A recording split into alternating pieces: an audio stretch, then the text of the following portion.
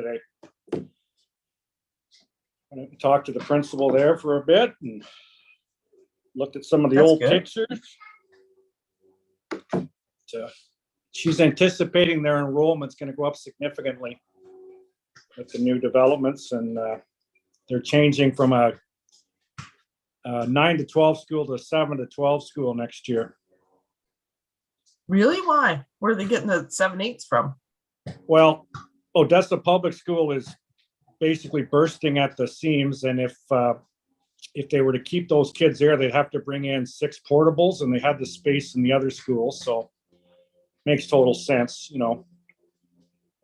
So anyways, and the other thing that I thought was interesting, and I asked them if I could come back, is they're starting a I don't know what, I can't remember what the name, but basically a girl moved here from Hamilton and was of, I don't know what her background was, but started sort of a equity and diversion club there. Mm. So I said I'd like to come back and hear what they're talking about, because we had talked about that there's really no presence in Loyalist of any such organization. Right. Well, I'll leave it. We're almost starting there. Just gonna say, So we I'll leave are it to his live, worship. and Hey. yeah, we are live, and I'm just going to hit the record button as well. Thank you. Okay. Thank you.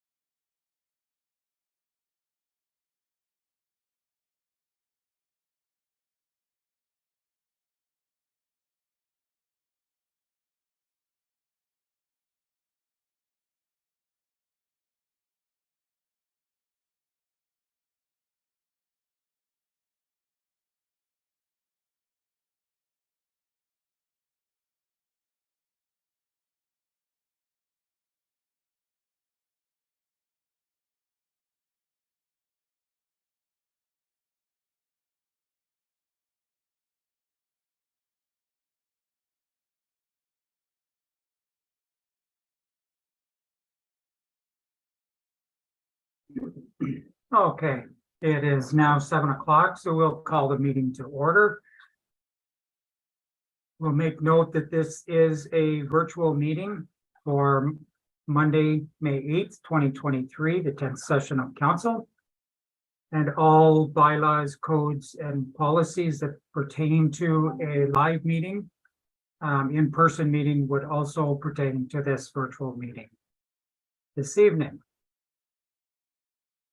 I would also just make a note that we've received regrets from Deputy Mayor Townend for this evening's meeting, and Councillor Budrick expects to join us when he is available. So we had no closed session, and the next item is the playing of the national anthem. And council, we can just shut our cameras off during the national anthem and then turn them back on once it's finished.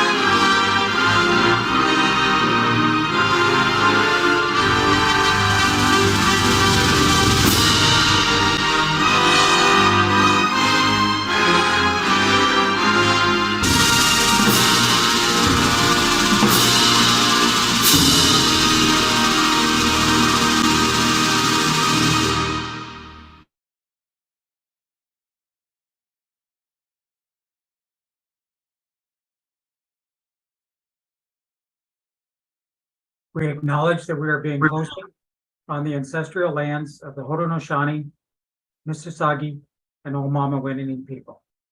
We acknowledge and welcome the presence of all Indigenous peoples, including the Métis, Inuit, and other First Nations from across this vast land who makes this place home. The lands we are on today are recognized in the Truro Wampum Dish with One Spoon Treaty, Treaty 27, and the Crawford Purchase. So at this time, we have open forum. The first 15 minutes of any regular council meeting will be set aside for open forum. Any individual may address council to voice opinion on subjects of municipal concern, excluding matters subject to public meeting, i.e. under the Planning Act, can only speak once and for no more than 3 minutes. Notice is hereby provided that under the authority of the Municipal Act 2001 and in accordance with Ontario's Municipal Freedom of Information and Protection of Privacy Act, that all information provided for or at a public meeting, consultation, or other public process are considered part of the public record. Anyone wishing to speak at this virtual council meeting can register in advance with the Clerk's Division or use the raise hand option when called upon by the chair. Turn to the clerk. Did we have anyone register for open forum this evening? Not for open forum, your worship, and I'm just looking in the audience, the virtual audience, and don't see any hands raised at this time. Okay. So with that, we will proceed. Confirmation of agenda. The recommendation is that the agenda of May 8th, 2023 be adopted as circulated. And there were no additions. Not that we're aware of, your worship. Okay, so it would be as circulated. Do we have a mover? Councillor Willis, so moved. Seconded by Councillor Ennis. Any comments from any members? Seeing none, call the question. All in favor, please raise a hand. Motion is passed. Declaration of pecuniary interest and the general nature thereof. Any declarations for this evening's meeting? Seeing none, delegations and presentations. We have Neil Wickoop, request to waive fees for Amherst View Community Hall. And there's Neil. Neil is in the meeting now. If you could turn your camera on and unmute yourself, you're in the meeting with council.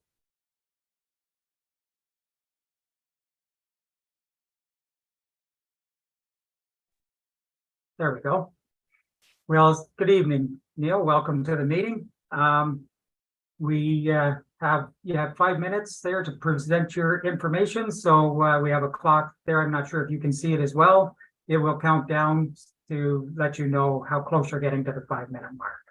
So if you wish, please proceed with your presentation. So I gather from the staff that they have recommended that we don't pay the $1,300 for the year of the use of the hall. I'm just curious if this is a yearly thing I have to do to get that cleared, or is this something that I'm going to, do we do it in a biannual thing or a 5-year term or something? Or I'm just curious because we do not, as a group, get any money from our head office. Any money that we get, we raise locally, and any money that we raise, we put back into the kids to take them to camp, buy them the gear that they need to go camping, like tents and stoves and stuff. And we have to all fundraise for that. And if we have to fundraise for the rent of the hall, that puts more work on us as volunteers who do not get paid by Scouts Canada to run the group. So I'm just curious how often I'm going to have to do this or whatever. And with that, I'm just looking at the staff members that are here. From my understanding is it'll just be an annual application again, request to be brought into council so that we can make an authorization one way or the other. Right. And if I misspoke myself, if there's a member of council that, or member of staff that, if I need to be corrected, please feel free to join in. Ms. Lamb, was I close with that? Your worship, thank you very much. Yes, at this time, based on current policy, that would be the process as an annual request. So as an annual request, we just have to put it to the staff and they'll bring it to the council. Ms. Lamb? Through you, your worship. Yes, at this time, that's what the policy is. Neil, if there's any changes to that, staff would certainly advise you at that time. Perfect. I just wanted to clarify that so that everybody in my staff, I call it, for lack of a better term, my volunteers and stuff will be greatly appreciated of this. And I thank you for your time, and that makes our job a lot easier. Thank you. Thank you, Neil. Always feel free to reach out to staff as well. And as she said, they can make sure that you're aware of everything that's required. Thank you very much. Thank you. And this will be dealt with later in the agenda. So you can either stay on and watch it or find out you can reach out to staff in the morning. I'll reach out to staff in the morning and let you carry on with all of the other business. Okay. Thank you very much. Thank you. So with that, the next item is Stephen Paul, Director of Lennox and Addington County Community and Development Services Economic Development Presentation. And I see Mr. Paul is coming into the meeting. There we go. Welcome, Mr. Paul. Hi, how are you? Good to see you. So you have a presentation for us this evening? I do, yes. So thanks for the opportunity to present some of the different initiatives that our Economic Development Office has been doing throughout this year, but also in the past, and our plans going forward as well. So having said that, if I can share the screen, I'll go ahead and do that. Yeah. Yes, please proceed. Okay, thank you.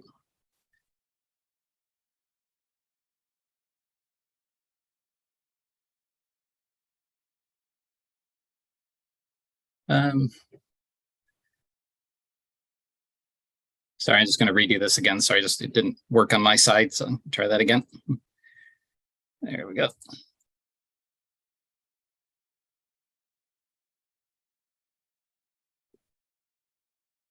Perfect. Okay, great. I can see it from my side as well.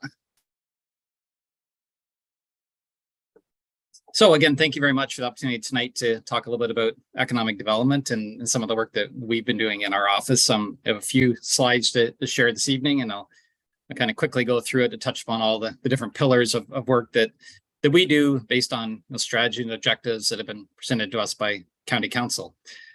So firstly, a little bit about our team. So we're a team of 3 full-time staff, with myself as the director. We have Rob Plumley as community development, does a lot of work on tourism. Tegu Amith is our senior economic development officer. And we have a gentleman named Keshav Kashal, who actually was with the Queen's School of Business and worked for us during his time there, and has graduated, is doing some consulting work specifically focused on housing for us now. So a little bit about our brand. So we're all about Naturally LNA. That's a brand that we created and launched about 5 years ago. And we use that in really 2 different formats. One on the tourism side, which you'll see the brand of Unspoiled Moments, and the other being more on the business side, where we focus on inspiring business possibilities. Now, I do have a couple of different videos to show tonight, just a little bit of show and tell, but this first one, and some of you may have seen this before, and I apologize if you have, but this is a video that we did a couple of years ago that I think really speaks to the essence of Naturally LNA and Unspoiled Moments. And we use this a lot for our tourism campaigns, as well as attracting new people to our communities to live. So I'm going to play this, and hopefully it will work for you appropriately.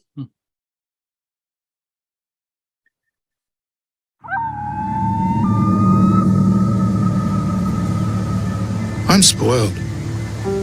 For over 60 years, this part of Eastern Ontario has been my backyard. Some say it's a place of wonder. Maybe my home, but I'd have to agree. That feeling of delight, you can see it in people who visit time and time again. And the kids who grew up and moved to the city only to return, and now they share it with their own children and friends. I remember camping trips when I was younger, and then later with my own kids. Underneath the stars at our campfire, just the quiet we needed to catch up, get to know each other better. So many laughs. These deep memories are all around in the wandering trails. These memories come to me when I'm in a canoe or taking out my fishing boat. Nature has that effect. It's everywhere here, and so many ways to enjoy it. You'll see.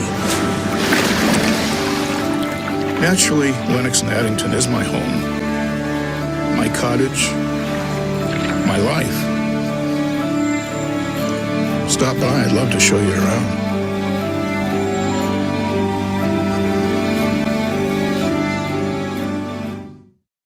So that video, I think, really is the essence of, a big part of our community. And there's kind of interesting shots there from Amherst Island as well. And we use that, as I said, when we're attracting new visitors, but also new people to live here.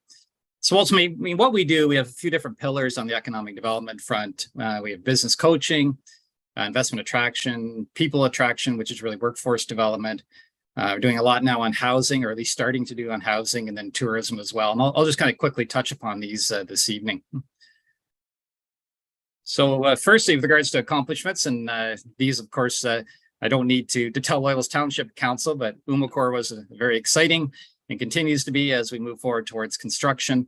The Latham Pools announcement, and they're now in operation in Loyalist Township, which is amazing news. And certainly lots of great work from Loyalist staff to make that happen very quickly. And Latham is very appreciative of how that worked, so they could get into operation immediately. On website visits, which is a real good performance indicator for us, we've seen significant increases to Naturally LNA. So last year we had 400,000 people visit that site. And then another one that we're always really proud of is the LNA Activation Fund, where we distribute $40,000 equally amongst our municipalities. And you're going to be seeing some events and tourism products popping up this spring and summer on Loyalist Township, as $10,000 was distributed to those Loyalist Township events. Another stat just to touch upon, and this is kind of a good news stat. This is actually going to get even better and better, particularly with those announcements I just mentioned. But since 2012, we've had a 19.5% increase in jobs in Lennox-Addington County. This is by far the largest growth regionally. You can see the Kingston numbers and the Hastings numbers and the Northumberland numbers. What we've seen over that time period, the largest increase actually being in healthcare. But we're going to see a real change in that as we see Umicore come online and Latham Pools online and other developments that are happening, across our county. So lots of good things taking place. And that number is absolutely no doubt going to increase over year for the next little while.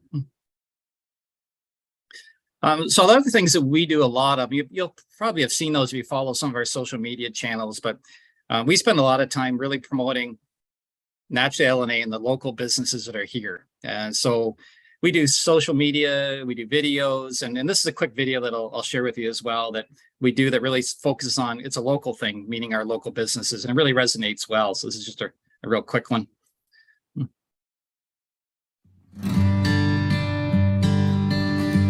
What makes shopping in Lennox and Addington so unique?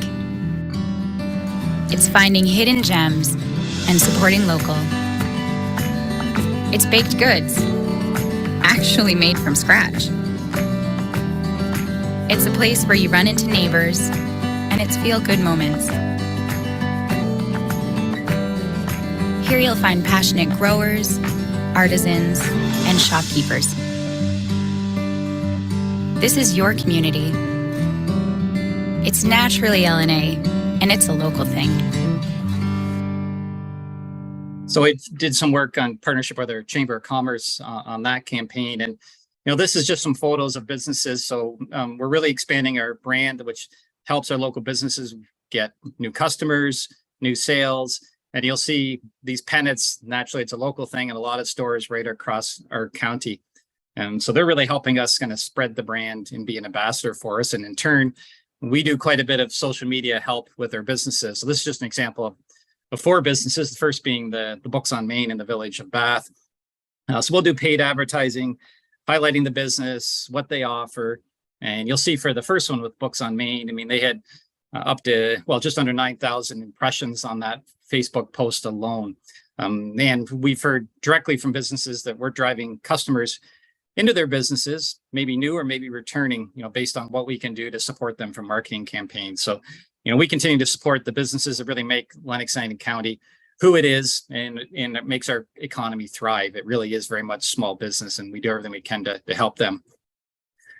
So one of the things we do on the business coaching side is, and this is Tegu predominantly within our office, he works with their businesses to help them with everything from, digital marketing, getting their website working well, selling online, helping with inventory control, looking at their books, everything that a business may need, but may not have the time to do, or just don't like doing it, or just have challenges doing it. So we spend a lot of time one-on-one in kitchens or Tim Hortons or wherever it might be to help small businesses. So again, if you know of anyone that needs some help or looking to grow, just have them reach out to us and we'll be there to help immediately. So let's talk a little bit about investment attraction. So again, as I mentioned, Umicore and Latham Pools, big news for Loyalist Township and Lennox and County and our entire region.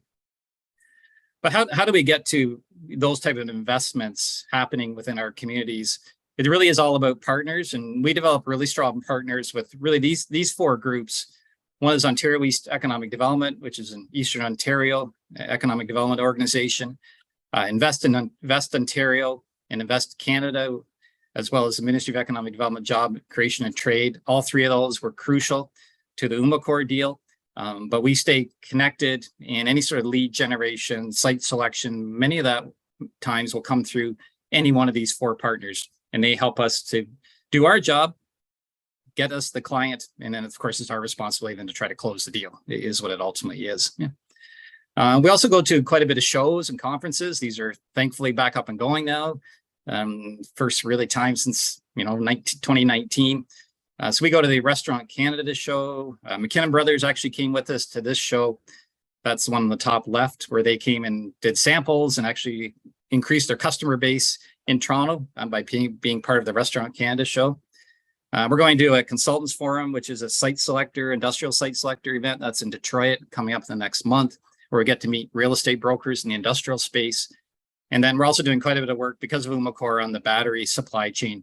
So we'll be attending a minerals and supply chain battery show, as well as another bigger battery show over the next month.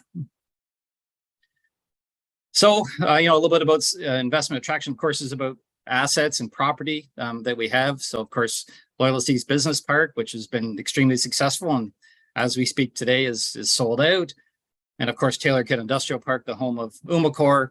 Again, no municipal land is available at either one of these business parks and industrial parks. So those are one of the things going forward as an economic development team and a municipality. We'll need to start developing strategies on new employment lands, where our growth might be, what our next steps might be to be able to support, the next round of investments that come in. But we definitely need that canvas of land available to be able to do that. A little bit about Umicore. So I guess just give you a bit of a feel of how we'll continue to support Umicore as an economic development team.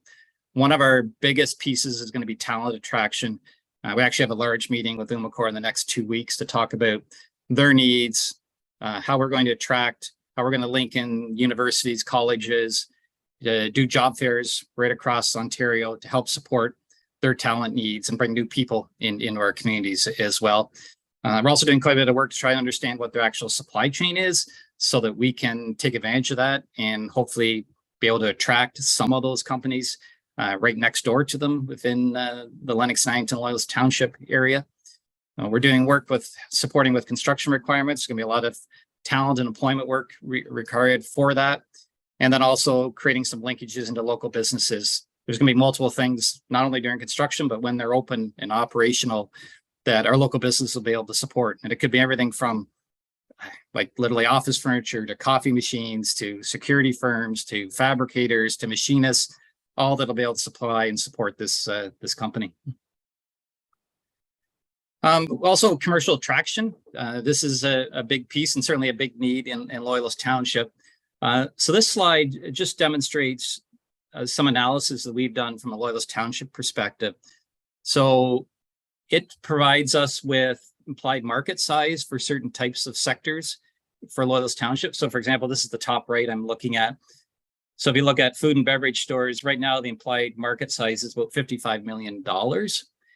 And then if you look at table 2, this actually looks at the total retail trade establishments and the potential that there is in Loyalist Township. And if you look at food and beverage, there's 9 right now, but the target is actually 18 based on population size and market size. So we can utilize that 18 number with the implied market size of 55 million and can demonstrate that there is a need within their community. I think we all know that, but that need also demonstrates to the potential investor, the business, the entrepreneur, that yes, you come here, you're going to make money because the market size indicates that. Again, we're still in that kind of push and pull with the Kingston marketplace, but as Loyalist continues to grow, we're going to see commercial development start to follow that very quickly. And we're doing quite a bit of work reaching out to commercial developers, commercial establishments, franchises, and tying that into land availability within Loyalist Township. So stand by hopefully for some good news on that in the future. People attraction, as I mentioned earlier, we need to, and probably this is one of the most important things the Economic Development Office needs to do right now, and that is people attraction, talent attraction, workforce attraction. It all means the same thing, meaning that we need people here to be able to work within our communities. So being able to do that, we have multiple campaigns that are looking at how we can attract new residents, how we can attract new people in the workforce, how we can look at tying into immigration. We have partnerships set up in the GTA right now on immigration support. And then focusing that a little bit as well on bringing people, bringing skills, but how that can also translate into new startup businesses and also business relocations. So since 2016, we've seen a 5.4% population increase in Lennox and County, and absolutely can say that that's going to increase over the next few years as we see the growth that's taking place, not only in residential development in Loyalist Township, but of course, the industrial jobs that we're going to see in the next 3 to 4 years. So I want to kind of then quickly skip here into tourism, which is another big aspect of what we're all about. So Naturally LNA, as I mentioned, is our brand. This just gives you a little bit of feel about some of the things that we're doing. These are some collateral pieces from Google Ads to brochures to the many different things we have on our website. These are actually some ads that you'll start to see in the marketplace right now for our tourism campaign this spring and summer. So you'll see the Google ad examples on the right-hand side, which touch upon kind of our waterways, our cycling, We're focusing on boating, See the Stars, which is our dark sky area, Bon Echo. But then on the left side, you'll see an ad I don't believe it's running right now, but it will be shortly. That speaks, of course, to Loyalist Township and the mill as well in Odessa. So some things will be highlighting there too. Okay, I talked a little bit about website traffic earlier, but this just kind of shows the breakdown predominantly through our tourism season of where our traffic comes from. So last tourism season, we had 320,000 views on our website, and total throughout the year at 403,000 on the tourism side.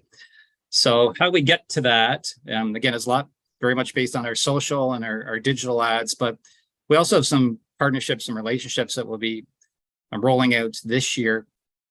So we've received funding from Lennox and Addington Federation of Agriculture to do some agritourism work. So you're going to see, farms across the county and specifically in Loyalist Township that'll be highlighted throughout our summer season and into the fall. We're doing work with the Culinary Tourism Alliance on restaurants and promoting local food and restaurants. You'll see commercials running on Global Kingston starting very soon. You'll see the Plan the Perfect Road Trip to Lennox and Addington County. That's an ad that's in Eastern Ontario Business Journal as we speak, promoting all the opportunities that exist within our county. And then right now we have a contest that's ongoing. So you can win a trip to naturally LNA, so to Lennox and Addington County. This will be for 2024. You can submit your name online now, and you can win a 3-day trip, which includes everything from, of course, accommodations to restaurant stays and attractions. We use this as a really big opportunity to gather contact information and build our database so that we can then do direct marketing to those individuals that submitted contest information and we asked them and they said yes, that we could share additional information with them. In just the first 2 days, we had 1,500 names added to that list. So it's a really valuable piece that we can then use to do digital marketing and direct marketing as well. So I'm just going to skip over these two just for a matter of time. And another big thing that we do is really product development on events. So these are 3 or 4 products that we focus on that really do look at our assets that are very specialized and in many cases one of a kind. And that provides or allows us to really stand out in the marketplace. And the dark sky viewing area located just north of Napanee in Stone Mills, is a great example of that. We're the most southerly location in Ontario for absolutely no light pollution, and you can see the dark sky. And we sell out our events consistently, and 90% of those individuals are coming from the Greater Toronto area. They come to our event at the dark sky viewing area, they stay overnight, they eat at our restaurants, and again, they continue to sell out night after night. Our first weekend, we had over 650 people that attended our events at the dark sky viewing area. We have the Discover LNA ride, so that's our cycling ride that takes place through Loyalist Township in Greater Napanee. It kicks off and ends at McKinnon's. That's been a hit, over 400 cyclists every single year. That takes place in September. We're actually launching a gravel ride road using some of our rural roads through Stone Mills this year. We already have over 200 cyclists that have signed up for that. That's happening very soon, within the next month. And we have our Discover LNA geocaching event that brings people from all over the world every single year. We had a bit of a break, unfortunately, because of the pandemic, but last year we had over 1,000 people that represented 15 different states in the United States and 6 different countries internationally that come to Lennox and Addington County to do geocaching. And for those of you that don't know geocaching, it's searching for Tupperware in the woods is really what it is. It's all about using GPS, and it's a big scavenger hunt. And we're known as the capital of geocaching in Canada. It's a big moneymaker for us, absolutely.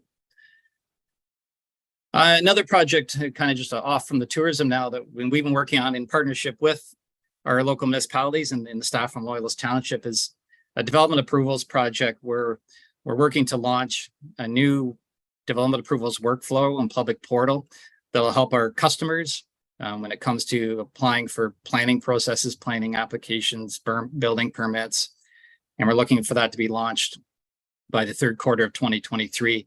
If as an economic developer, we see really important is that it's going to be a really strong data tool for us. So we'll be able to understand trends, where investments happening, where applications are happening, total number of homes, all the different things, all GIS and data driven, which is really important from an economic development side, but also for municipalities who are looking to look at strategic planning and growth planning as well. But I think when it's all said and done, it's going to make it easier for our residents and our businesses and our customers to apply for those applications online. And then my last slide is just to touch upon just some other current projects that we're working on as an office. So I touched upon development approvals project. We are looking at an employment land strategy across the county. I already touched upon it from Loyalist Township in the sense that there's not a lot of land available. Needing to build strategies going forward to ensure that we have the appropriate employment land in the future to bring in new jobs and attract that new investment that we need. We're also doing a lot of work, which is new for us, on housing. So we're working in our economic development office with our Pellis Social Services Group to see the work that we can do to attract a mix of housing, including affordable housing, which is so badly needed right across our county. So we're looking at new projects that we could fund ourselves at the county level, but also looking at partnerships with the private sector or not-for-profits as well. And we've been in discussion with staff from Loyalist Township to understand, land that may be available in Loyalist Township that could be part of our next round of funding for affordable housing. So hopefully more will come in the future about that. We also have our community transportation project that we've been working with Loyalist Township staff on to be able to share on the funding that we received from the Ministry of Transportation. And we will be hopefully moving forward on that in the next month as a report goes to our county council to kickstart the Loyalist Township project. And two other things I'll mention before I sign off. We've just launched an ambassador program where we're actually trying to, in the sense, create more members of our economic development team. So we're asking businesses to become ambassadors for us to help us pitch what Lennox-Lantern County is all about to, again, for someone who may be wanting to visit here or to live here. We want them to be our eyes and ears and to really help us sell what our county is all about. So we've had, I think so far, about 20 businesses sign up in the first week where they'll get a sign for their door, they'll get marketing collateral pieces, business cards. So again, they can be an extended sales force for us on the economic development side. And then lastly is Kidpreneur. I was just in the Amherst View Public School 2 weeks ago, speaking to a grade 4, 5, and 6 class, just about entrepreneurship and all the great opportunities that exist for kids of that age. And it's something I'd love to do. And we've done it for a few years, but again, there's a pause with COVID. But we're kickstarting it again, where we can get into classrooms, talk about all the opportunities that exist. And then what we're hoping to bring back again next year would be somewhat like a science fair, but it's a Kidpreneur fair where the students would pitch their entrepreneurial idea and we would have winners. But mostly it's all about, thinking differently, thinking kind of outside that box and thinking as an entrepreneur, which is important at any age, but I think even more important now at a real young age. So anyways, lots of information, and hopefully I didn't go too quickly or not quickly enough, but I wanted to really just talk a little bit about all the things that we do. And we're always very excited to be able to share all the great things that are happening in Loyalist Township and do what we can to support that growth and making our entire county, a better place to live and do business. So having said that, thanks for the opportunity. I'd be happy to answer any questions that anyone may have. Thank you for that presentation. And I'd open it to council. Any questions or comments for Mr. Paul this evening? And Councilor Ennis. Thank you, through the chair. Thanks very much for the presentation and then the work that your team's doing. It's very interesting and important work, I think. Just wondering about the employment land strategy. Do you have a sort of rough timeline on that? Yes, we, so in partnership with, let me take a step back. I mentioned that we do quite a bit of work with Ontario East Economic Development. So we've submitted an application to, MAFRA through the Rural Economic Development Fund. So we're just waiting to get a little bit more information. We'll have some funds available for that. If we're successful, we'll get going immediately on a regional approach. If not, we will kind of roll up the sleeves and start to do it more locally based, and we'll be working with Loyalist staff on that going forward. We're also in the process too on the county side of a growth plan. So looking at, targeted growth forecasts over the next 10 years, which will be presented fairly soon to our county council. So I think those two things will go hand in hand as well. Trying to understand what our population projections are going to be and how we need to tie that into employment lands. So it'll be happening soon. It's a need. Absolutely. Thank you. Councillor Project. Thank you. To you, your worship, and thank you, Mr. Paul, for the presentation. Just looking sort of for your comments on a thought here. So in Loyalist, so I can appreciate the tourism piece because I'm very impressed by that rollout. Knowing that we're having two significant developments in our industrial park and the building of the community hub.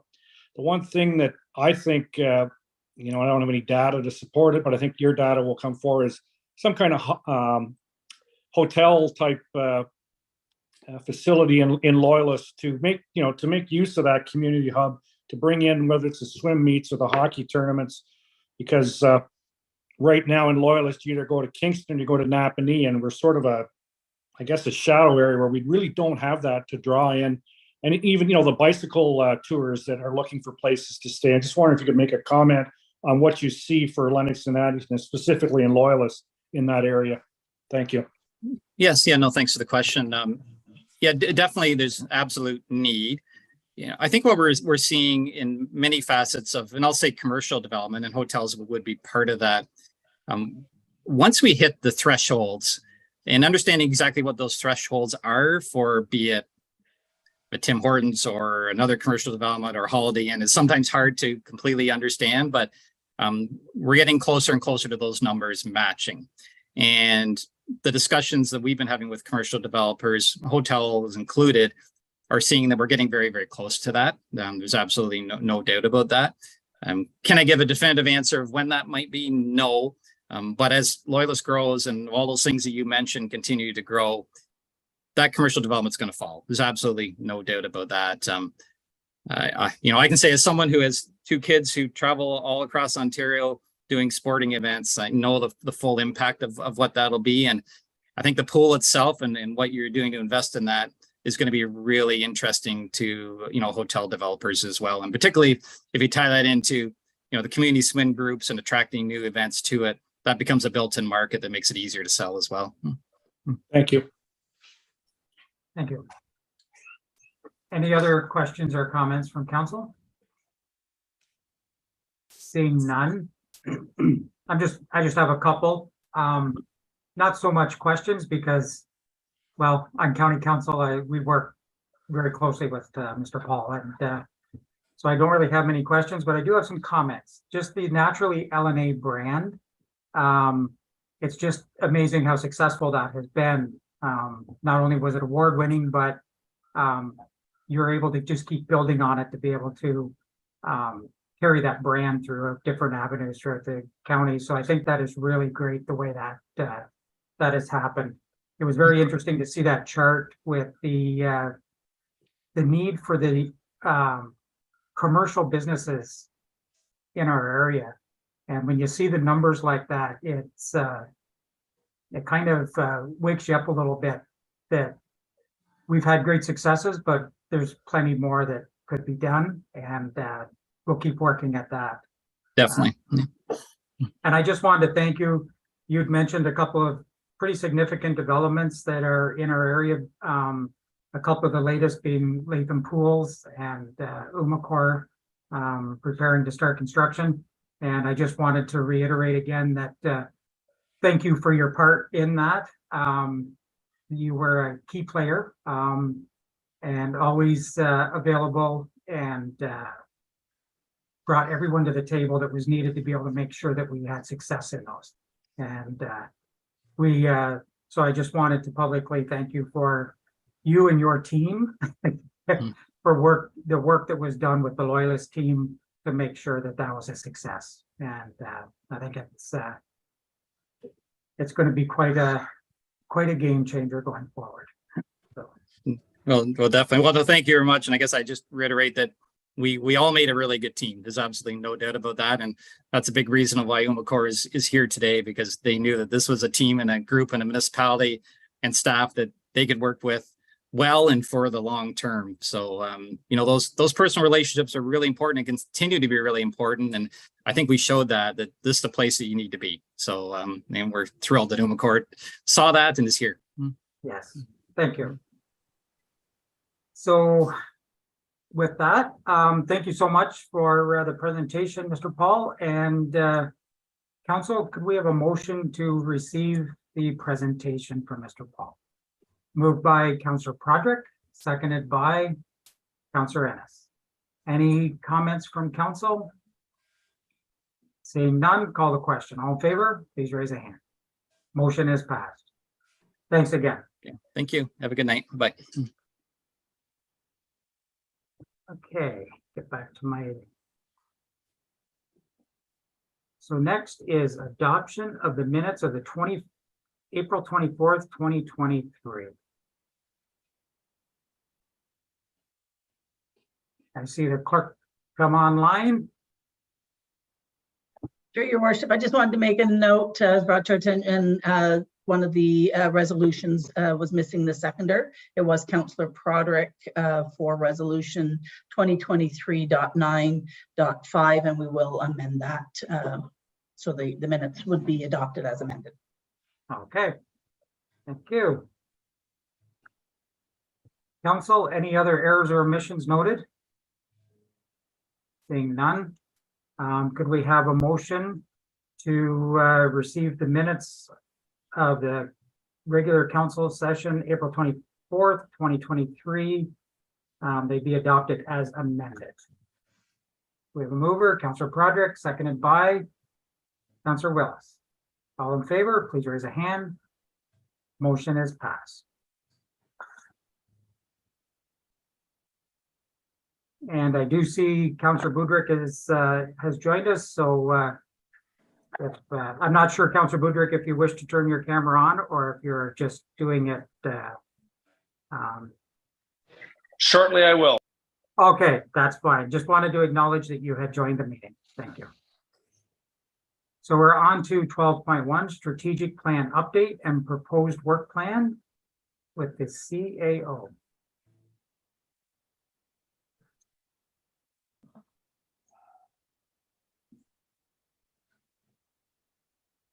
Okay. Well, welcome to the meeting. Did you have anything more to share on this report? I have nothing further to add to the report, just available for questions if council wishes. Thank you. So council, we have the report here and the recommendation that the report from this CAO dated May 8th, 2023, strategic plan update and proposed work plan be received, and that council approve the proposed work plan as contained in this report to update the strategic plan to 2027. Councillor Prodrick? Do I need to move it before we have a question, or? If it's just a question, we can do that before the motion. Okay, thank you. Through your worship to the CAO, can you just briefly explain to me what the grant match program is, how that works, or a partnership with grant match and how that works? Certainly, grant match is a consultant that we pay that looks for grants and assists with writing. That was something that was set up by the CAO, and to date we haven't had to do that. Our staff have been writing these reports. Just an option really to make sure that your municipalities are aware of all of the opportunities out there. Senior management have now compiled a list, and we manage that through the my CAO's office of all grant opportunities kind of come through us, and we discuss to make sure that we're not missing any grant opportunities, that if there's funding out there that matches some of our projects, then we ensure that we apply for those. And just to continue through you, your worship, so does that take a little workload off our own staff when you use that sort of vehicle? Yeah, yes, it certainly would. However, there's probably I guess we're going to say staff time required to bring the consultant up to speed on our projects. So I'm not sure exactly how much staff time is available, but I can circle back with directors to get you an answer of whether or not they feel that it's more efficient to use that provider or to continue with our staff. And if I could, again, Your Worship, just the last one to the CAO. Just the idea, and I think we talked about this at one point, just the concierge service and how that's sort of rolled out, or how it does say in that it's completed. So just maybe briefly how that's working. Certainly, that's something that the planning department have done since the beginning. So it wasn't really a new service. What that means is that when there's an application for planning, all of the required permits and processes with regard to that application are explained by our planning staff. That would include requirements, perhaps not specific details, but general requirements with respect to Conservation Authority and the county. I do see that Ms. Furness is on. She's here if you would like some more details about that. But it's really when an application comes in, our staff really handle them and don't pass them off to anyone else and provide all the necessary information. Thank you.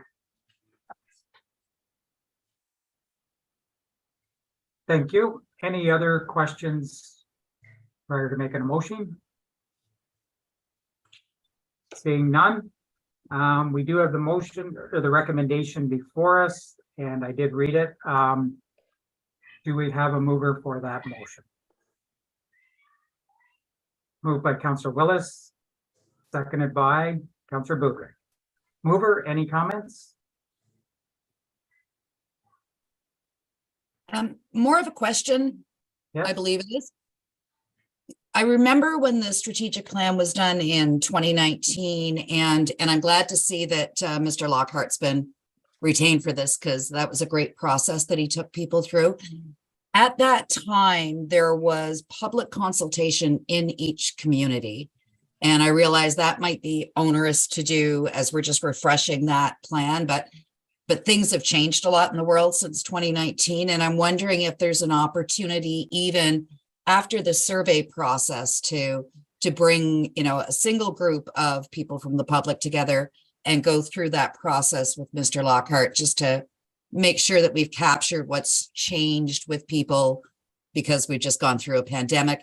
And we also have a lot of new people in the township that wouldn't have been here in 2019.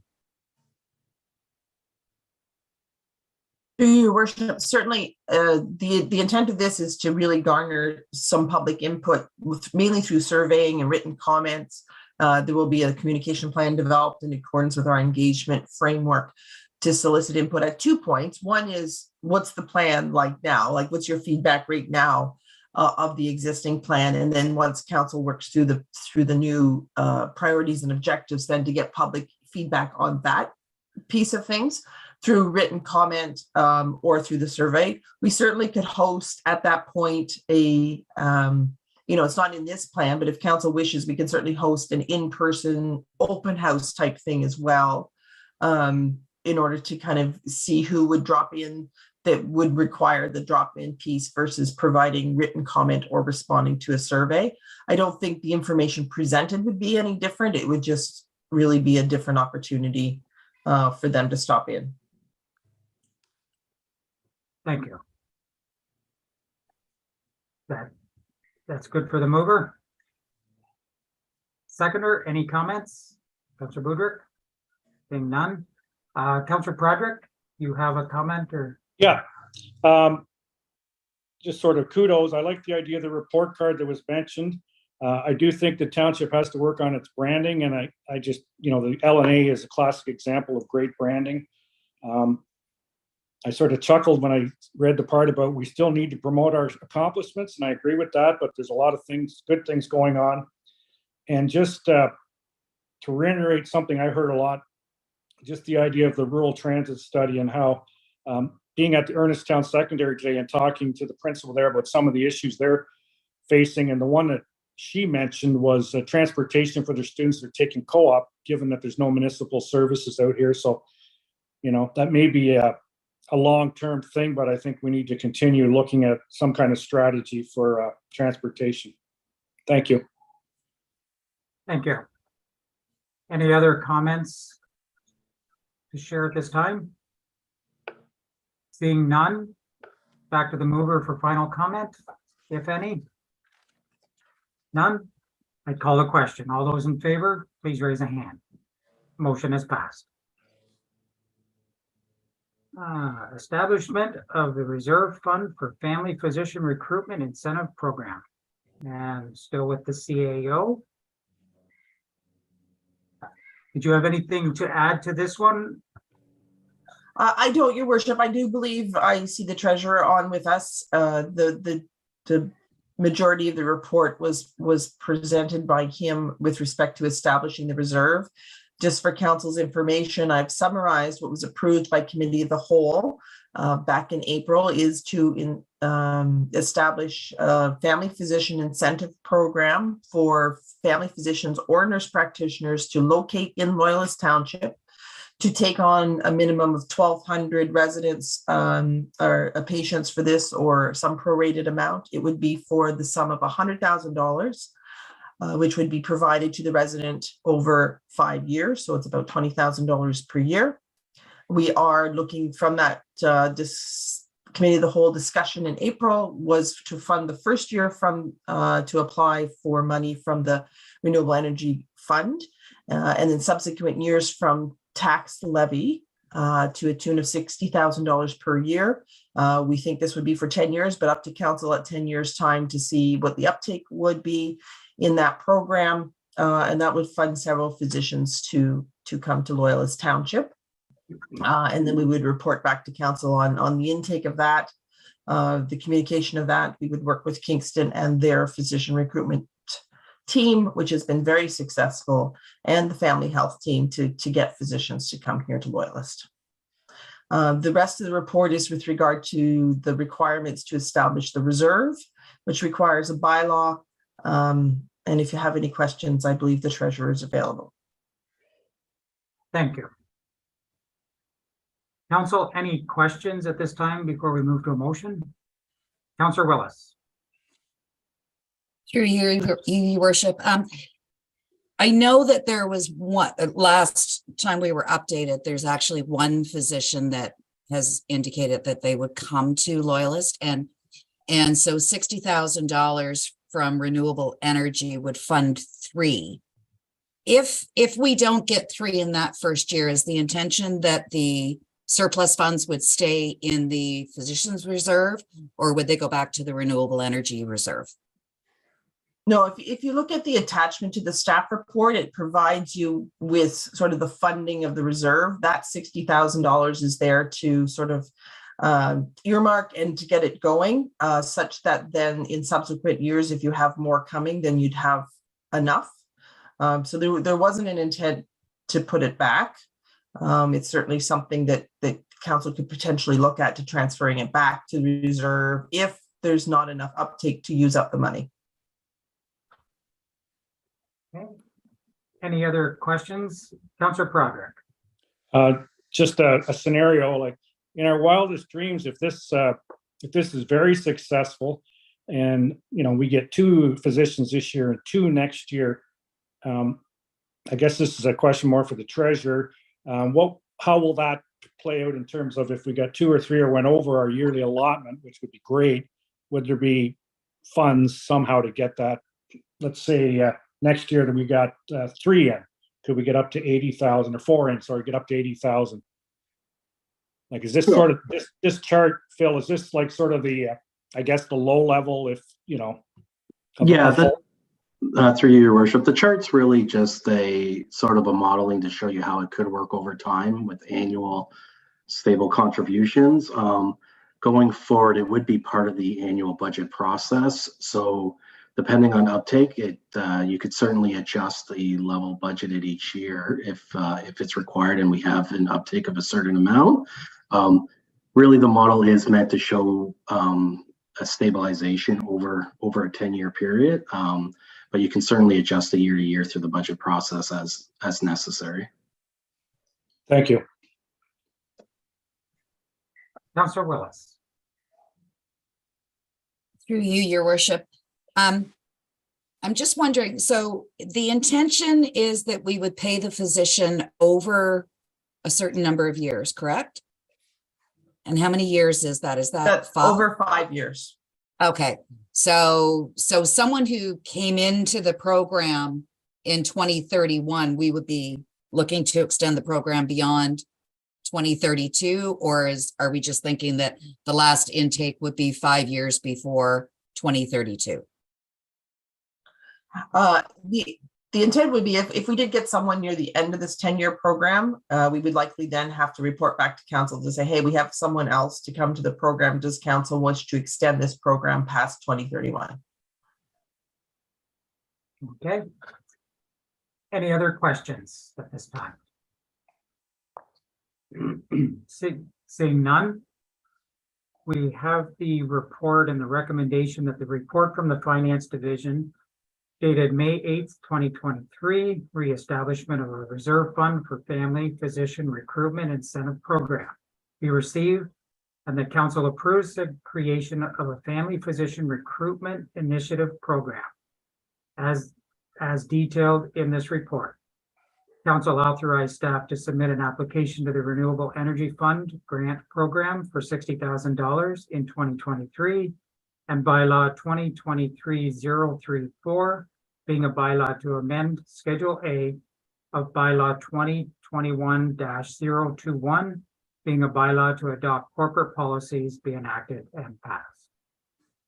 Do we have a mover for the recommendation? Councillor Prodrick, so moved. Seconded by Councillor Budrick. Any comments from the mover, Councillor Prodrick? No additional comments, Your Worship. Seeing none. Seconder, Councillor Budrick. I think this is great. I know that we're going to be having quite a few constituents without doctors in the very near future, and I'm glad that the CIO has stepped up to do this. This is fantastic. Thank you. Councillor Parks. Thank you, Your Worship. Just a comment, I was away for Committee of the Whole when this was brought forward, so I'm very happy to see it going forward. Thank you. Thank you. Any other comments from council? Councillor Ennis. Thank you. Through the mayor, just ditto, happy to see this program being put forward. I think it's necessary given what other municipalities are doing, and glad to see as well that it includes nurse practitioners. Thank you. Any remaining comments from council? I will just add mine at this time then that as much as I hated to go down this path, because I still do believe it's a provincial issue, I think this is absolutely necessary, and I'm glad that we are taking this step and having a plan for the future to do everything that we possibly can to make sure that our residents are cared for. So with that, back to the mover for final comment, Councillor Prodrick. No comment. I think all my fellow councillors have said it very well, that unfortunately it's something we need to do. Thank you. With that, I will call the question. All in favor, please raise a hand. Motion is passed. And moving on, free use of arena for 999 Air Cadets. I see Ms. Lamb has come on. Do you have anything additional to share at this time? Not at this time, Your Worship. This time? So are there any questions for staff at this time from council? Seeing none, I'll read we have the report with the recommendation that reads that the report from the Community and Customer Services Department, Recreation and Facilities Division, dated May 8th, 2023, read free use of arena for the 999 Air Cadets be received, and that council approve the request for free use of the arena between 4 p.m. and 9 p.m. on June 5th and 6th, 2023, and that staff and direct staff to transfer $499.32 from the arena free use budget account to the arena revenue budget account. So with that, do we have a mover for that recommendation?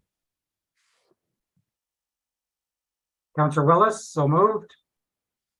Seconded by?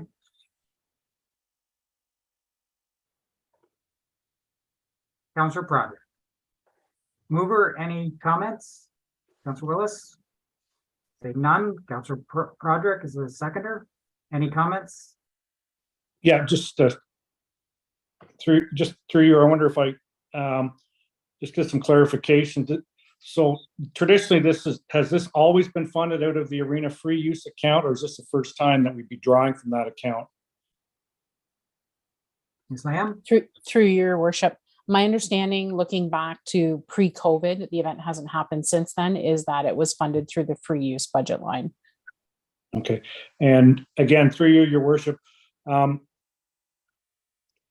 the group responsible for whatever setup and cleanup they may have, or is that something staff is doing? Through your worship, that is something that staff will do. We will set the facility and then tear it down and clean it. It is more of a drill situation, so there isn't a lot of setup. My understanding is there's a couple chairs, but most of the spectators would be in the stands that currently exist. Okay, thank you. Thank you. Councillor Willis. Through you, your worship, going back to the gentleman that presented for the Boy Scouts, and I know I'm combining agenda items here. Is there logic in looking at the groups that have this use of the facilities every year and being able to approve that as part of the budget process, or doing it one time versus making them come to council and taking staff time to write the reports and such? Through you, your worship. If you recall earlier in the year, staff were directed to look at the council ad hoc grant policy and come back with recommendations as it relates to free use and how to streamline that process. We have started those discussions with the finance team and with senior management, and we're continuing to refine a recommendation. So we are going to come forward to council with a recommendation on how to do just that. Councillor Willis, how do we avoid the continued report and or the group or organization having to make the continued request? So I am aware of a few other groups that are actually historically had free use. So I'm preparing that those requests are going to be coming forward too, and how do we manage those? So yes, the idea is to find a more streamlined process moving forward. Thank you. Any other questions or comments from council? Seeing none. Call the question. All those in favor, please raise a hand. Motion is passed. And the next one is free use of the Amherst View Community Hall for First Amherst View / Bath Scout Group. And Ms. Lamb, anything more to share at this time? Just one thing I would clarify, your worship, is the difference between this request and other requests that have come before council is that this request is a regular weekly request from September to June. It's not a special event or a one-time request. That's why staff have taken the different approach in the recommendation and tried to find consistency amongst how we manage all of our not-for-profit community organizations' regular use of facilities. So the difference being not using the free use, but providing a subsidized rate like our fees and charges bylaw allows for. The hall currently doesn't allow for that. So the staff have taken the approach that if we were to have a subsidized rate for our not-for-profit youth organizations, this would be the rate based on today's bylaw. Thank you. Council, any questions before we move to a motion? Councillor Prodrick. Through your worship to Ms. Lamb. In part 3, it says down at the bottom on page 4, it says this is consistent with other groups such as, can you give me an example or two of other groups that maybe are in the same boat as the Scouts here? Yes, through you, your worship. What the consistency we're speaking about is, for instance, on our sports fields, we have a variety of rates. We have a resident rate, an adult rate, and then we have a youth minor rate. And in the hall, we do not have that. So we took the hourly hall rate and figured out the subsidy levels compared to other facilities. So if they're being subsidized 40%, what would the 40% subsidy be on the hall rate? That's where we came up with the consistency.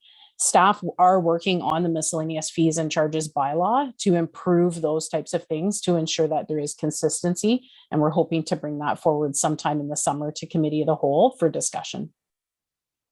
Okay, and if I may, your worship, continue just a couple of follow-ups. Yes. So I gather from Councillor Willis's sort of inquiry there that you are looking at some kind of youth rate for building facilities, let's say. So this, not that it's a huge amount, but the $1,300, does that come from this year's budget or is it split? How does that fund work? Through your worship, it would be funded in each budget year. So yes, 2023 and then 2024. Okay. But if I could clarify that, your worship, what we would be doing is charging the set rate. We wouldn't be charging the offset to any account anywhere. It's just a reduced rate that the client is being charged to, and that would then flow into revenue for the hall. Okay, thank you. Thank you. Any other questions at this time? Seeing none, we have the report with the recommendation. With the report from the Community and Customer Services Department, Recreation and Facilities Division, dated May 8th, 2023, read free use of Amherst View Community Hall for the first Amherst View Bath Scout Club group be received, and that council approve a subsidized rate of $15.58 per hour for use of the Amherst View Community Hall, 6:30 p.m. to 8 p.m. Mondays, September 11th, 2023 through June 24th, 2024, and that council direct staff to transfer and subsidize amount of $560.52 from the Amherst View Community Hall free use budget account to the Amherst View Community Hall revenue budget account. Do we have a mover for the recommendation? Councillor Budryk, so moved. Seconded by Councillor Willis. Mover, Councillor Budryk, anything comment? Councillor Willis, a seconder, any comments? Can I ask a question? Yes, question For or you. comment? Sorry, I just noticed, so we're asking that the Scout Group have $2 million of liability insurance purchased through the township. Is that something that's new to them, or has that been in place forever? Through your worship, my understanding previous to COVID was that the insurance policy was always required. I can't guarantee that that is what happened, but the insurance requirements have always been there as per policy. Thank you. Thank you. Any other questions or comments from council? Seeing none, call the question. All those in favor, please raise a hand. Motion is passed. And the next one. Amherst View Jets Junior C Club request for advertising rights. Ms. Lamb, anything further to share at this time? Not at this time, sir. Thank you. Council, any questions for staff before we go to a recommendation? Councillor Prager. I don't know if it's a question more than comments, but it's sort of a combination of both, your worship. In terms of revenue over the past number of years, I was looking at the chart and it seemed to be up and down. And I'm just wondering, in 2023, the revenue at the arena was $361. Is that a typo? Ms. Lamb? Through your worship, no, it was not. So we sell the advertising based on an ice season. So September 2022 into spring of 2023, that would have been a small amount of money that didn't flow into the accounts until 2023 for that season. So this is last season's? That's correct. That would be the 2022, Okay. 2023 ice season. Yeah. Okay, so, Part of that ice season does fall into 2022 counselor product. okay, so yeah, it's okay. So that's basically they're doubling up almost. Okay. I'm just looking at the number of 15,000, and I'm just wondering, based on the experience of what I see in your presentation, I don't see how this is financial.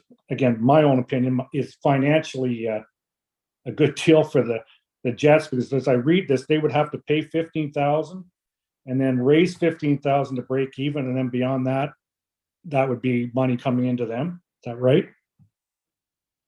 Through your worship, that's correct.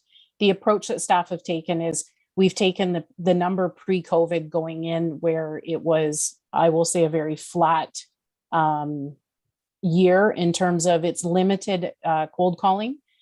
Staff also took into consideration the fact that what we charge for the boards has not gone up in a lot of years, and or for any of the advertising, and the impact of a not-for-profit community organization, what they're able to charge and what people are willing to pay and support versus what the township would be able to charge and support. But, you know, staff are certainly open to recommendations if there's council will to change that $15,000 number. Okay, and just two last things. I'm just wondering out loud here if a percentage of sales being kicked back to the township might be more advantageous to this group than a flat 15,000. That's just something I'm throwing to my council colleagues. And would the figure skating club and minor hockey still have their logos on the ice, or would they have to pay now to the junior C team to have that on the ice? Through your worship, those clubs have not paid in the past for those logos to be on the ice. It's part of bringing community into that facility and community celebration. So the intent would be that those logos would remain on the ice at no charge to the clubs. Okay, thank you. Councillor Willis. Through you, your worship. Just a question on page 2, where it's outlining just above financial implications. It says if the club does not meet the contracted revenue in year 1, the agreement will return to council for review for year 2.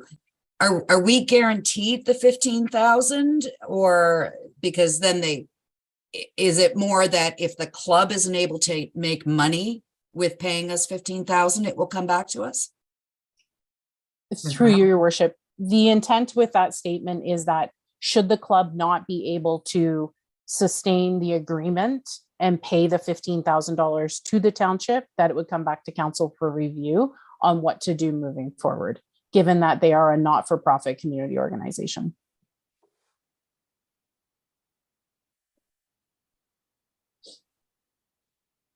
Councillor Willis, do you have another question?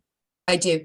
Okay. So their requirement to pay the $15,000 is basically at the end of the first year of the agreement, not at the beginning then? Through you, your worship, we haven't actually drafted the agreement. That could certainly be up to debate or discussion, whether it be a quarterly payment or a yearly payment. Any other questions at this time from council? Seeing none, we do have the report with the recommendation that the report from the Community and Customer Services Department, Recreation and Facility Division, dated May 8th, 2023, re Amherst-View Jets Junior C Club request for advertising rights be received, and that the council authorize the mayor and CAO to sign a 2-year agreement beginning in the 2023-24 ice season for a pilot project assigning advertising rights to the Amherst-View Jets Junior C Club, including the arena boards, arena ice, the Zamboni and sports field fencing for an annual fee of $15,000, and on completion of the pilot project, staff report back to council regarding the outcome of the agreement and make recommendations on the future of the advertising in township facilities. So that is the recommendation. Do we have a motion from council? Councillor Parks. I will move to receive the report and adopt the recommendations. 1 and 2. So moved, seconded by Counselor Willis. Mover, Counselor Parks, any comments? Yeah, I want to thank Ms. Lambs and her team for bringing this together. I think this is a good way for the club to actually increase the revenues to help support the club. I like the idea that it's a flat rate to make it easier for township staff to track that. Thank you. Seconder, Counselor Willis, any comments? Anyone else on council? Any comments? Counselor Pryor. I agree with the recommendation to the point where I just don't think the $15,000, I think that's a burden on the club right off the top. And I, just in my experience of trying to get advertising for minor hockey, it's a tough sell sometimes. And I'd want to move an amendment to drop that fee. If that's possible. I don't know. You can make a friendly amendment or Yes. an amendment which would have to go through a vote of council. Okay, I'd like to make an amendment to drop the fee to 7,500 and a percentage of any and a 10% of any revenue over $15,000. And was that by friendly amendment that you wanted to do that? I think that's friendly. Okay. So mover, Counselor Parks, do you accept that as a friendly? I would not accept that as a friendly amendment. I think based on the revenue that was generated previously back before pre-COVID, I think 15,000 is a reasonable amount based on the economy that we're in. Okay. So Counselor Broderick, that did not go through as a friendly amendment. That's fine. Any other comments from council? Seeing none, just go back to the mover for final comment. Counselor Parks, if there is any. Nothing more. Thank you. Call the question. All those in favor, please raise a hand. Opposed? Motion is carried. Next item. Babcock Mills Phase 5 request to remove the holding symbol. I see Ms. Furness has come online. Any additional information at this time? No, nothing at this time, Your Worship. Thank you. Are there any questions from council regarding this item? Seeing none, we have a recommendation that the report from the Economic Growth and Community Development Services Department, May 8th, 2023, 3D. Am I reading the right one? Yes, I am. D14003 2023 Babcock Mill Phase 5 request to remove holding symbol be received, and that bylaw 2023-030 being a bylaw to remove the holding symbol with respect to part of lot 30 concession 4 be enacted and passed. Do I have a mover for the recommendation? Councillor Willis, seconded by Councillor Pratt. Sorry, Councillor Boudreau. Mover, any comments? Seconder? Anyone else? Call the question. All in favor, please raise a hand. Motion is passed. Heritage permit application, Booth Babcock Mill at 100 Bridge Street. And I believe this is still you, Ms. Furness. Any additional information at this time? No, nothing further to add, Your Worship. Thank you. Council, any questions for staff at this time? Seeing none, we have the report, and I do have the right one. Oh, Councillor Project, sorry, do you have a question? Yeah, just a general question. When was the last time the Babcock Mill was open to the public? Ms. Furness, do you have a date answer? Yes, through you, Mr. Mayor. I'm not aware of when that time frame was. I'm not sure if Ms. Lamb could potentially be aware. Ms. Lamb, do you have any? Through your worship, my understanding is since the township has owned it, it has not been open to the public. Okay. And if I may, if I may share, just as someone from the area, as far as I understand, when it actually closed as being an active mill, or a production facility, it was never reopened. Okay. The last I saw it, everything was still in place as if they walked away one day and were planning on coming back the next, and everything was sitting in place. It's actually pretty neat. Sorry, had to throw that in. Any other questions before we go to the recommendation? Seeing none, we have the report with the recommendation that the report from the Development Services Division, May 8, 2023 heritage permit application, Booth Babcock Mill at 100 Bridge Street, Odessa, be received and the council approve the submitted heritage permit application to allow work to begin on the cleanup and first phase of restoration of the Booth Babcock Mill, 100 Bridge Street in Odessa. Do we have a mover? Councillor Ennis, so moved, seconded by Councillor Parks. Mover, Councillor Ennis, any comments? Thank you. And through the mayor, yeah, just great to see this initial work getting started to help preserve the structure and to get it open for the public this summer. I think it's great for Odessa and for Loyalist. Thank you. Seconder, Councillor Parks, nothing. Any other comments from council? Seeing none, before I go back to the mover, I'll just add mine. I reiterate Councillor Ennis's comments that I thank staff for bringing this forward and working on this. I remember when I came on council in 2010, this was an item of discussion. And there's going to be a lot of people and some community groups that are very pleased to see us advancing this. And I believe that it will actually help the township with funding in the future, potentially from some of the clubs or from residents that wish to see this continue and move forward even further. So with that, back to the mover. Any final comment, Councillor Ennis? Nope, can't wait to see it open. Thank you. With that, we'll call the question. All in favor, please raise a hand. Motion is passed. Communication for consideration. Guess there's no report. It's just Kingston Area Taxi Commission proclamation request for the week of June 5th to 11th, 2023.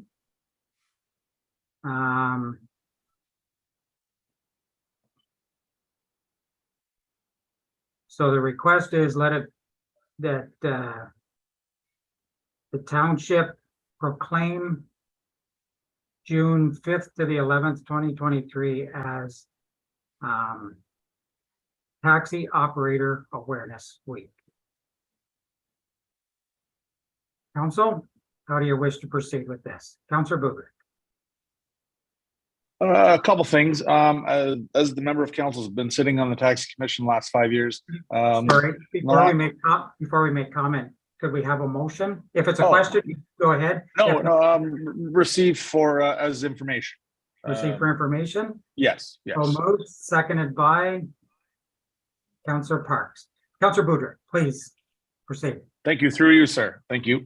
As the council member that's been sitting on the tax commissions for the last 5 years, in the last two and a half, I've seen amazing things move forward with the transformation of the industry and of due to what the committee has done. And I think this is fantastic that the operators are getting recognized. We've been doing it on our own, but to get a wider message out to the community is well deserved for these people. Thank you. Councillor Parks, any comments? The seconder, seeing none. Any other comments from council? Seeing none, I will call the question. All in favor, please raise a hand. Motion is passed. Notice of motion or direct motion. Do we have any direct motions to be presented this evening? Seeing none. Do we have any notice of motion to be brought forward this evening? Seeing none. Consent agenda. For the purpose of convenience and for expediting meetings, matters of business that are repetitive or routine nature are included in the consent agenda, and all such matters of business contained in the consent agenda are voted on collectively. A particular matter of business may be singled out from the consent agenda for debate or for a separate vote upon the request of any councillor. In the case of a separate vote, the excluded matter of business is severed from the consent agenda. Each and every matter of business contained in the consent agenda is recorded separately in the minutes of the meeting. Councillor Ennis. Thank you, through the mayor. Could we extract 23.2? 23.2. Yeah. Okay. Any other items council wish to extract? Councillor Parks. 23.1, please. 23.1. Okay, any other items That's it. to have extracted? Seeing none. Do we have a motion for the recommendation that the items in the consent agenda dated May 8th, 2023 be approved as presented and that the necessary action be taken with the exception of the 2 items that were extracted? Councillor Parks, so moved. Seconded by Councillor Ennis. All those in favor, please raise a hand. Motion is passed. So just go in order of the numbering. 23.1, Councillor Parks, and I'm just going to 23.1. The SPA. Okay. How would you like to proceed with this, Councillor Parks? Normally we would receive it and support it, but it's just kind of an update. So I'm not really sure if it's just to acknowledge receipt of it and offer our support or continue to support to repeal Bill 23. I took it that it was more of just an information item. Yeah, that's what I'm not sure what to. I mean, you can always still receive it by itself, and you can either add something to it or just receive it and it's separate for discussion as well. That's fine. Yeah, just receive it then. Receive. So moved from Councillor Parks, seconded by Councillor Willis. Was there any additional comments that you wish to make, mover, Councillor Parks? Just basically wanted to acknowledge the fact that based on the survey that was conducted, that the majority of the Ontario residents are still pushing for the repeal of this bill. So that's good to hear. Thank you. Seconder, Councillor Willis, any comments? Seeing none. Other council members, any comments? Seeing none, I would call the question. All those in favor, please raise a hand. Motion is passed. And the next one was 23.2, Cataraqui Conservation Authority Best Practices. Councillor Ennis. Yeah, I just wanted to, well, to move a motion to receive and to make sure I'd like us to take some action on it. So the motion would be to I guess to receive and to direct staff to work with the Conservation Authority to report back to council on options or recommendations related to this best practice guide for council to consider. Okay, so moved. Seconded by Councillor Proderick. Councillor Ennis is mover. Do you have any additional comments this time? Yeah, I just a short time on council and then now on my first meeting with the Conservation Authority, you realize pretty quickly the amount of resources and testing and monitoring and planning that goes into keeping municipal drinking water safe. And so I was happy to see this best practice guideline be raised by the Conservation Authority, and they're hoping to do a bit of work to help the 20% of people in the in our municipal systems that are in rural on private well and septic. And they now have the CRCA now has a full-time staff member who's offered their time and expertise to work with staff at each municipality to just do things like they have the data they have. They can identify some areas that might be more vulnerable than others, and they have best practices. These are all voluntary best practices to do with keeping private water and septic safe. I think a lot of it would come down to communication and education efforts, I would imagine. But the CRCA has put out this offer to work with municipal staff to be on a working group if municipal staff wish, but to advise on how some municipalities could help with, even if it's just information dissemination to those in rural areas that are on well and septic to help us all have safe drinking water. Thank you. And seconder, any comments? Being on the Conservation Authority significantly longer than Jacob, about 2 months, I would echo all his comments. The one thing that I found is that there is lots of information there, and their website provides a lot of drinking water information that would be of value to anybody who lives in any township on a well. And I know that they frequently, almost on a daily basis, sometimes 4 or 5 times a day, send out blurbs about things like this.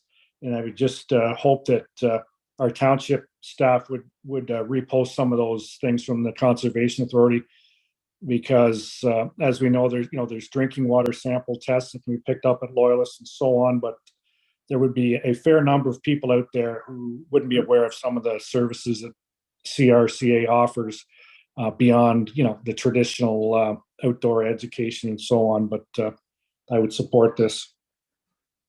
Thank you. Other members of council, any comments? And you're quite accurate, both Councillor Ennis and Councillor Broderick. For those of us that do use we depend on a well for everything, all of our water. It is a critical infrastructure, and all the education that we can get is good, and to make sure that the tests all come back 0-0 and good quality. With that, back to the mover. Councillor Ennis, any final comments? None. Call the question. All in favor, please raise a hand. Motion is passed. Updates from members appointed to county council, committees, or local boards. Are there any updates that any member wishes to bring forward? Seeing none. We got one, Your Worship. Yes, please proceed. Sorry, I was a little slow there. Again, being on the Conservation Authority, just that we have adopted a similar I guess, information package to what the township office gives out after a meeting, and then I will share that with councillors via email, and it just outlines some of the things that have gone on during our last couple of sessions. Thank you. Thank you. Was there anyone else that wishes to speak to this? Seeing none. Members' privilege. Any members of council have items to bring forward? Mr. Broderick, Councillor Broderick. Thank you, Your Worship. I had the opportunity Saturday to spend some quality time with the cemetery board in Wilton, and raking and bagging leaves, and personally learning a lot about the cemetery board and how they operate. And today I had a nice visit with the principal at Ernestown Secondary, just to sort of discuss some of the things that they're looking for and hoping the council or the township can provide. And for me, it was a walk through memory lane, and seeing great pictures of Councillor Buderick on the wall sort of made my day. He was a business champion in 19 something or other, but I'll share that with Councillor Buderick via email. Thank you. Thank you. Councillor Budrick. Just a quick comment to that. I actually got a certificate from the council of the day for that back in 19 something, whatever. Yeah, it was an honor. The Ontario Championship. Very good. Thank you. Any other items councillors wish to bring forward? Seeing none, I just have a couple, and I'll start with the cemetery committee was very thankful to have Councillor Broderick there as well, and I try to stay fairly active in it and planned on going, but when a friend called and said she was out of hay, well, I had to make sure that animals were taken care of too, so only one thing at a time. But I do want to make note that the Odessa Agricultural Society, they hosted the See and Learn yesterday at the fairgrounds in Odessa. It was an amazing success. They had several animals there. There must have been 6 or 8 different animals there. A lot of equipment. There were fun things for the children as well. Face painting and everything else, along with a canteen. And I was also very proud to see that the township emergency services was well represented there, as well as our public works. They all brought units to display and allow, well, I was going to say children, but I saw as many adults probably climbing them as I did children. And also the LNA OPP were there with a couple of cars. It was a great educational period and just a great community event. I also just wanted to acknowledge, and I could have done this above at the county council, but I did it here because I wanted to make it as an announcement that the grand opening of 8 units in Tamworth for through Pellis and the province. We had the grand opening last week. This was funded both through the provincial, the province, as well as the county. It was joint funding, and Stone Mills provided the land for it to go on. And with all 3 working together, it was a huge success. And we had the grand opening with our mayor, or our MPP, Rick Brzee, as well as Steve Clark, Minister of Municipal Affairs and Housing, doing the grand opening. And it was great to see. And Pellis is looking forward to more of those initiatives coming to the county in the future. So with that, that wraps up the members' privilege confirmatory bylaw. Oh, I see the clerk come on. Your worship, excuse me. We're just looking for clarification on 17.1 for the Kingston Area Taxi Commission. The recommendation there was that council provide direction. So we just wanted to confirm that that you wanted the proclamation done or different direction there. Councillor Budrick, you were the mover. I believe it was moved to receive. You intend? Yes, please. If we move that forward. Yes, please. Okay. Thank you. Council Parks did second that, I believe, so she would have to confirm that as well through you. Sorry. That was your intention as well, Councillor Parks? Yes, that's correct. Okay. Thank you. Thank you. Confirmatory bylaw. Do we have a mover for the confirmatory bylaw? Councillor Willis, seconded by Councillor Ennis. All in favor, please raise a hand. Motion is passed. The upcoming meetings are listed here. The next one on May 23rd. It's a regular council meeting. And the last item is a adjournment. Do we have a motion to adjourn? Ask a question on the 23rd, Your Worship. Yes. Will we be back in council at that point? We are planning on holding that in chambers on the 23rd. Thank you. So adjournment, do we have a mover for adjournment? Councillor Broderick, seconded by Councillor Budrick. All in favor, please raise a hand. Motion is passed. Thank you, everyone. We are adjourned at 8:40 p.m.